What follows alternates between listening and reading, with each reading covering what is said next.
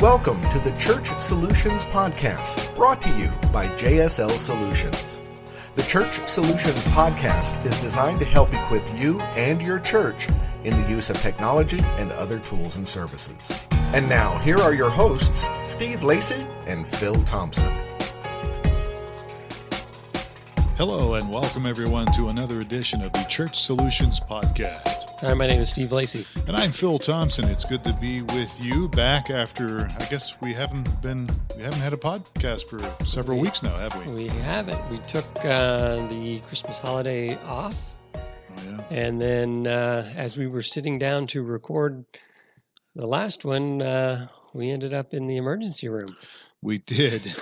Well, you left out, though, the part about how I was helping you move your Christmas decorations back up to your attic area. Yes, I was putting you to work, and yeah. So here's what happened. I have now joined the. I guess it's like over 85 million Americans that have cardiovascular disease. I have joined that club.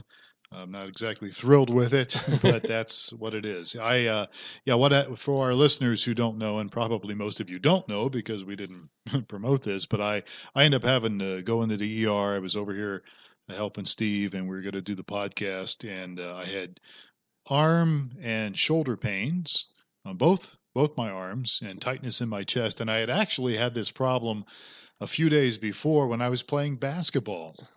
But like an idiot, I kept playing. Actually, I took a few breaks, and I knew something was wrong.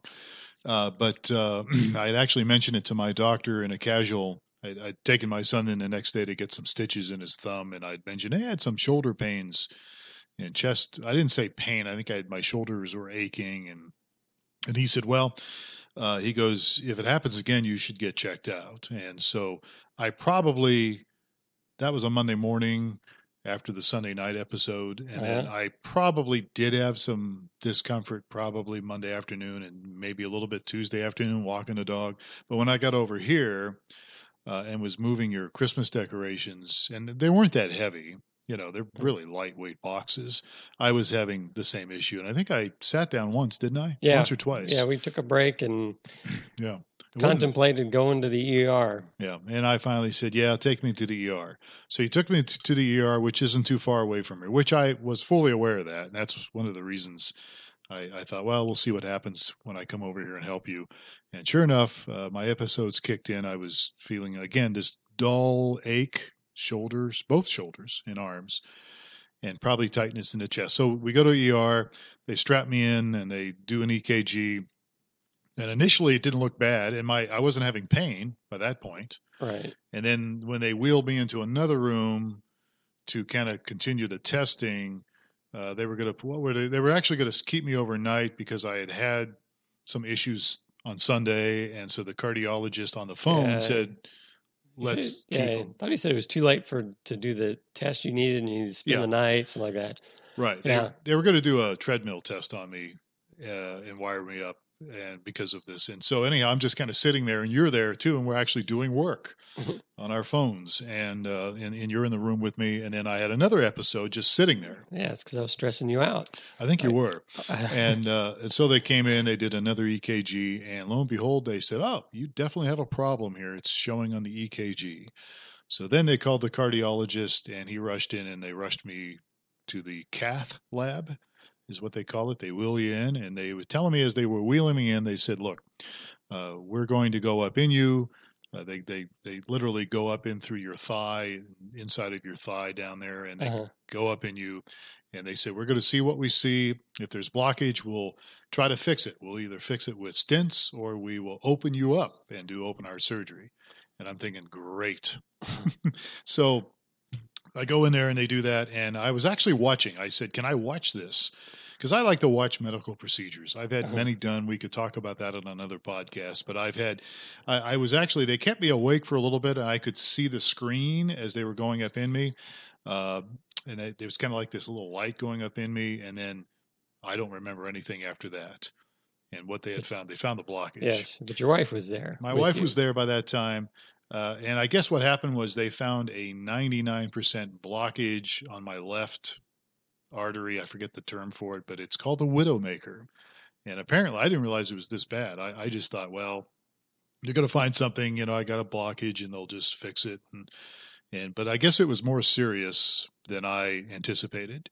And I guess they told her that I was very lucky and that if it had totally closed up anywhere else, I would probably not be here today doing this podcast. Wow. So I almost died in your house, I guess. I don't know. But so anyhow, that's the deal. I'm fine. They put a stent in me, just one.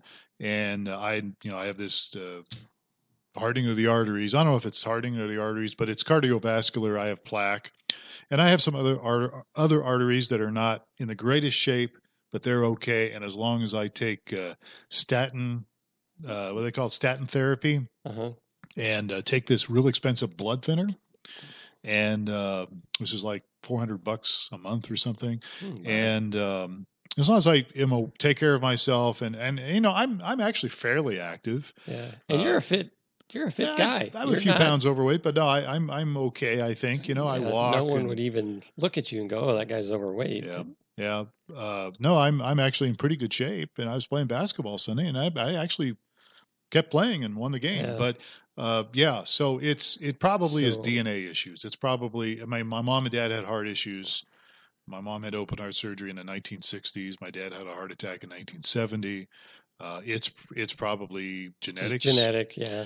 And you just have to watch yourself. So our public service announcement is we were sitting up there going, should we go? Oh, I don't know. We're contemplating whether to go into ER. Yeah. And it turns out that was a good decision to go ahead and just have it checked out. Well, heart disease is responsible for like over 17 million deaths a year. In the United States. In fact, 30% of the world has cardiovascular disease. And so it's very common. And I wasn't surprised that this happened because of my family history. I guess I was surprised in how bad I was, didn't realize how close I was to you would never have over. Known. Because we used to play basketball, I don't know, which almost quite a workout. Yeah.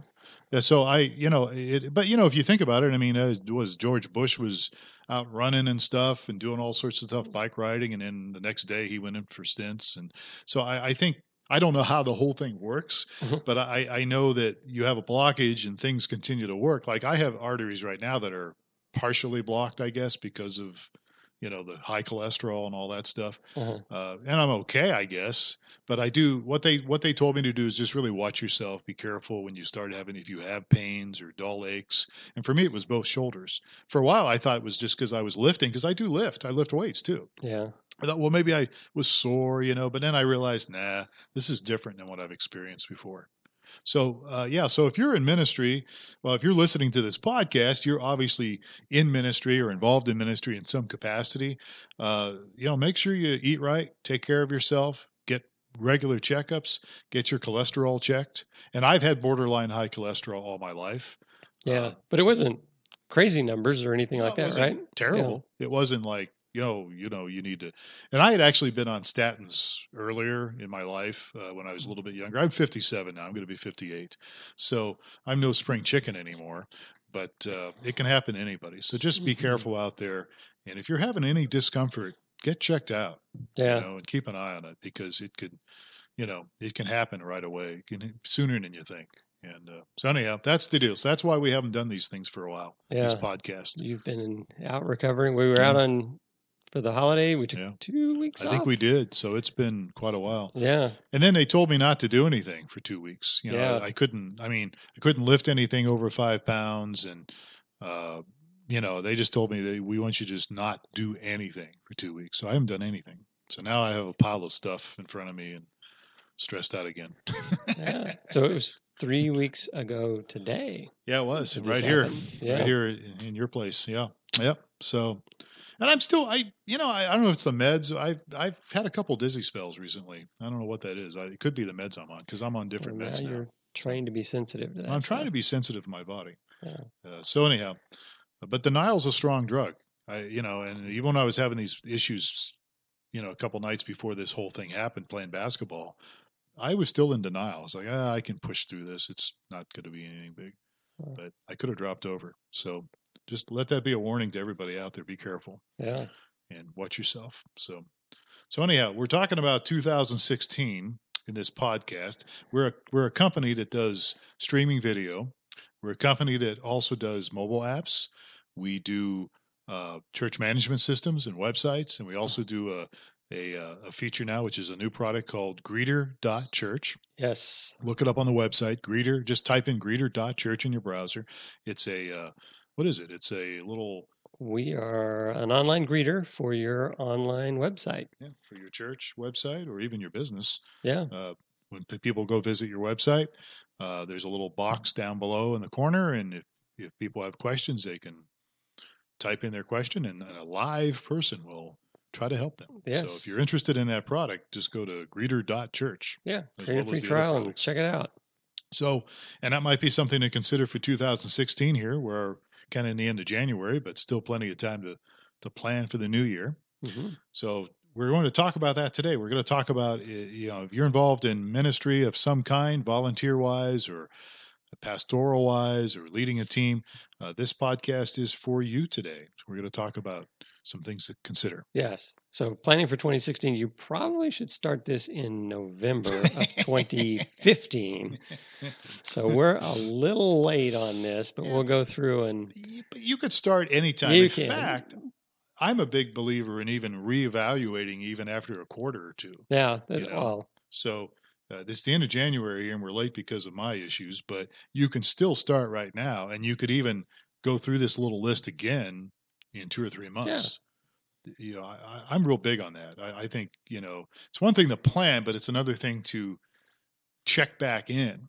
Right. And, okay, how's your plan going, and what's working and what's not? So we've got 9 points here to get through in a very short time now. Yeah. I think we're talking about all my health issues. Yeah. Well, hopefully, I just hope this helps somebody. I hope that if you're having chest pains right now, or shoulder pains, or back, and for women with cardiovascular issues, it can be the jaw hurting.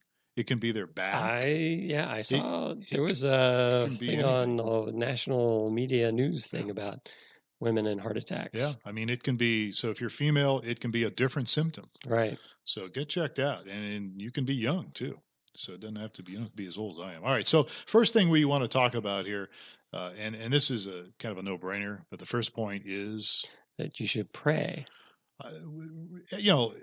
Every process, I think, should begin with prayer. And I think the nice thing about praying is, and when I say pray here, you could say a little 30-second prayer, but I would consider making it part of, taking some time out of your day, especially if you're planning for the next step in 2016, maybe spend a half hour, an hour in prayer and meditation, thinking a little bit about some things, not just, okay, God, lead me in this plan now. Amen. I'm talking a little bit more than just a one-liner.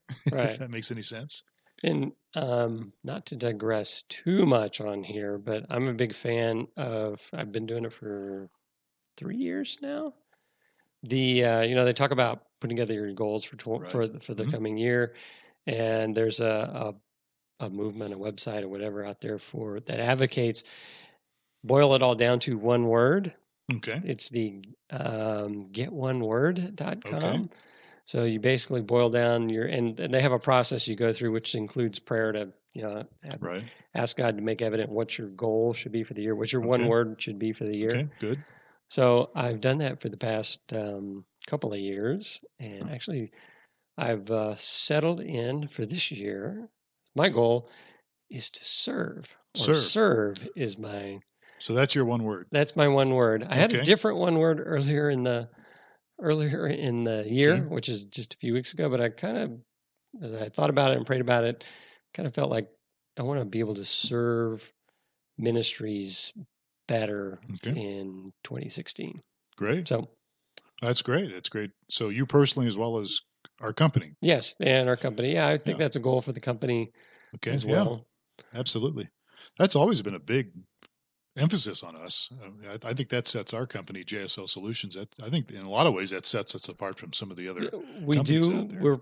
I think we are better than most right now, but I would like to even take it to the next level. I think it's good to partner with ministries and roll up our sleeves and whatever daily struggles they're having and say, hey, let's see how we can all work this together. Yeah, I think that's awesome. Yeah, absolutely. All right. So as we talk about planning for 2016, start out with prayer. By the way, you mentioned the website. I mean, do you happen to remember what the link is to that website you were just talking about? Yeah, it's getoneword.com.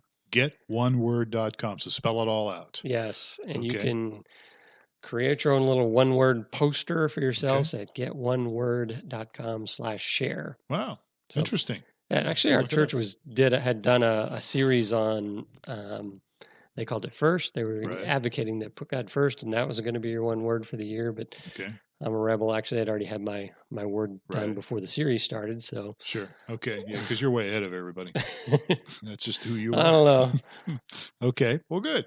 All right. So the next point when we're talking about planning here is and it kind of connects with pray, I think. The second one is reflect. I would do this all at once. I would reflect upon what you've done in the past year or so. Yeah. What went well, what didn't go so well. Right. Your wins, your victories, as well as your losses and your failures. Nothing wrong with failure. Failure is just moving forward, just falling forward. But it's okay.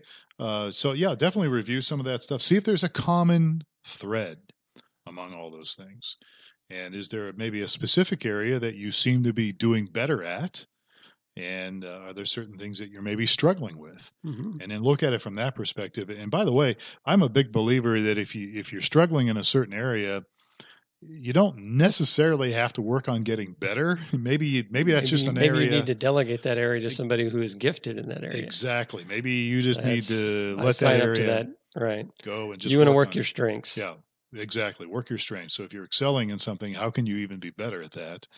And perhaps in the area you're struggling with. Okay, so I think it's just being honest with yourself. And then the third point is review, which again kind of connects with this, but it's also reviewing more specifically yourself and people I think that you maybe work with. So if you're in charge of a department, a ministry department, even as a volunteer, if you have other volunteers that you're kind of leading. Yeah, you're going to want to have us, and this harks back to my aerospace business days. We would have an annual review, and all the employees just love to prepare for and go through their annual review. But it's a healthy thing. Actually, there was a post from a former employer of mine who had the nerve to go post on Facebook how wonderful his review process went with his new boss, and how he just thought this new boss was wonderful and it was great and and he said, yeah, I've had other bosses in the past, but this one's awesome. And I was one of those former bosses. So you were a former guy that he was knocking? He was, or at least with regard to the review process. And it's very odd that anyone would go and post, man, I just got my review and I feel so good. It's typically because you go through and you reflect on both what you did well and what you didn't do so well. And so you usually walk out of those things going, arr. Yeah. Well, and again, I don't think it has to be a painful thing. And I mean, I don't think even secular wise, but especially in the area of ministry, I think it can be a positive thing if whoever's doing the review leads it in a positive direction. Right. I mean, I've done this with my people. I'm overdue on mine because I was off for a couple of weeks here, but I really try to get them involved in the process. I really try when we're talking about reviewing other people, I always like to get them to review themselves, and see where they're at on it. And if they're, a lot of times if they've got some time to think about it and they're honest, they're going to kind of get themselves in the right direction anyhow. Right. And there are some people that are just in denial. And you have to kind of lead them. That kind of brings up, we had at least 1 year, and this review process, everyone hates the review process, so they all complain about it, and so they change it every year. Right. I worked in a large aerospace company, so the HR guys, we'll try something new. Right.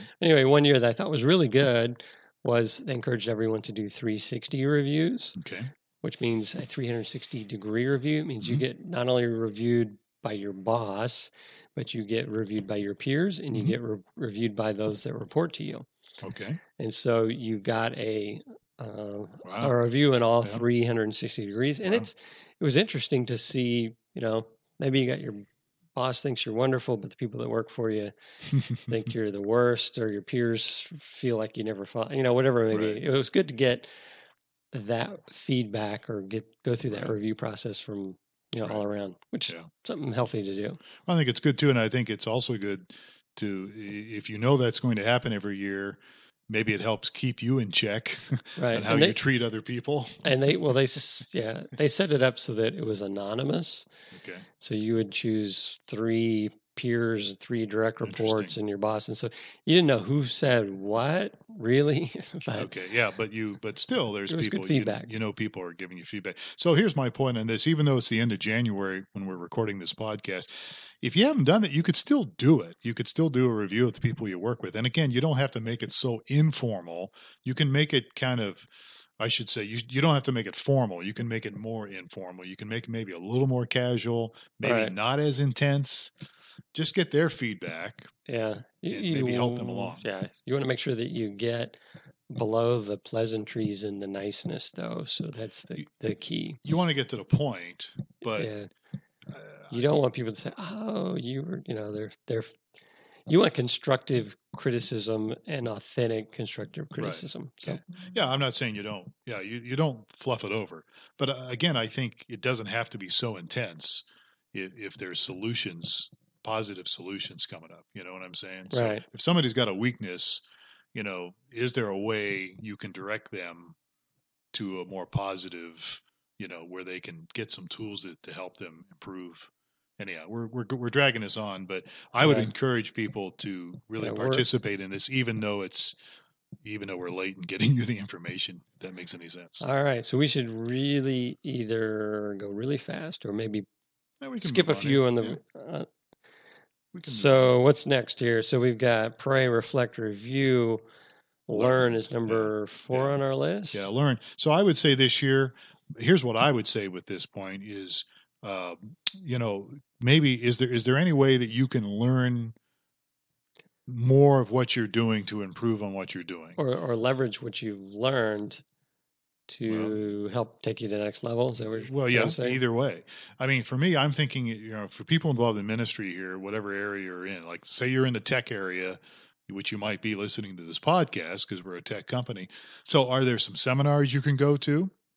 Is there a conference you can maybe go to this year that might help in your area of ministry? Mm-hmm. Is there something online?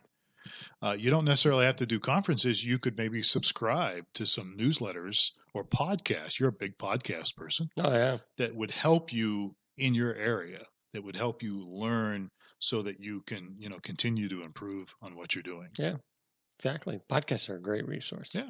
And a lot of them are free, totally free. A lot of them are. All of them are totally free. Yeah. So but there are other ones. I mean, I've again, not to get off track here, but since I'm on this kind of wellness program here, I'm trying to make sure that I'm around a few more years.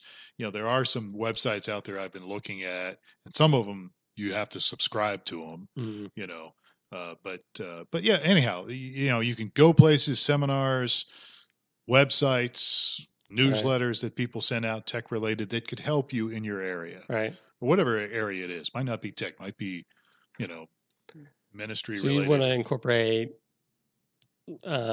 opportunities to learn into your plan for the coming year, right? Yeah, I would say that. All right. Yeah, so schedule it. I would schedule. I mean, either whatever it is you're going to do, schedule it in your plan. So put it in your plan so that you don't just forget about it. So let's skip on to number 6. Rest.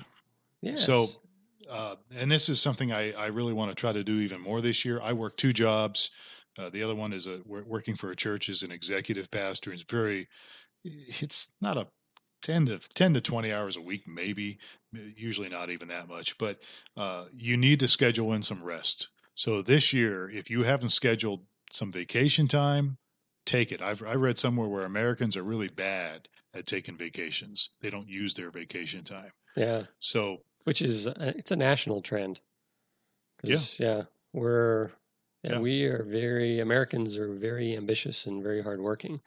Relative. Most of them are, yeah. Mm-hmm. Yeah. It's interesting. So schedule some rest. And one of the things I did, when I actually helped start a church years ago, I've helped start several, but when I actually moved away and kind of did it from the ground up, I didn't take Sundays off for a while, which was really stupid. And the reason I didn't was I felt like we didn't have enough people to pinch it for me. when I wasn't. When you mean speaking? When I was speaking Sunday. wise, yeah. Okay. And which was that was probably stupid too, because there's other people that could have done it. I just didn't trust them enough, I guess, to do it at the time. But I did schedule some stuff during the week. We would take off and go somewhere out of town for a couple of days. So I guess what I'm saying here is schedule times of rest, some vacation time, and maybe even some short little 1 day or 2 day deals where you can spend some time with your family or something. So these go in your goals. I would say so. Yeah, absolutely. For me, they have to. Right. Because otherwise, I'll just go on without it. Right. But I think you really do need to schedule it for 2016. Yeah, and these goals are. I mean, obviously, your goals are going to be, I don't want to call it hierarchical, where you say, I want to serve ministries better. And then you need to take the next layer and say, okay, what does that mean? It means I need to do this, this, and this. And this is kind of getting into the little more the things that we need to plan that would support the goals. Right. Absolutely. So the other one, and then is which also I think is something that you, at least for me, I need to do. I need to schedule this, and that is to reach out more.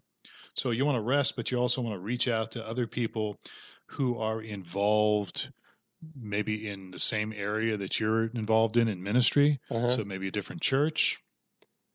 Since we're talking primarily to people here with church stuff, you should really make it a goal to connect with some people that either but don't know very well, or want to get to know better, or that may be able to help you in certain areas. Exactly. Or maybe strangers, but you know who they are, or whatever, of them, and see if they will, have coffee with you, 4 or 5 times a year, or maybe longer, maybe more, There's the popular phrase that you are the average of the 5 people you hang around with most. Yeah. So true. Schedule some, and we're actually in a very unique opportunity in that we were just doing this before we went on this podcast. We were connecting up somebody that has a 24/7 broadcast that wants to learn some tricks, and we each had another individual that had a 24/7 broadcast that was contacted us last week that taught us a few tricks. Yeah, absolutely. And so we're creating an opportunity to have those 2 people connect with each other. Yeah. And so what I'm saying is we have connections with a lot of ministries. So if you're out there listening to this and you want to, whatever it may be, we probably know somebody that could help you with it. Yeah, absolutely. So reach out to people. And then even within your own church, we're pretty much out of time here, but even within your own church, I mean, if you can maybe by the pastor, if you're not the senior pastor, or maybe you're a volunteer, or maybe take the pastor out for coffee or something, and so connect outside of your own little domain, but also reach out to people inside your ministry that maybe you should spend a little more time with. Yeah.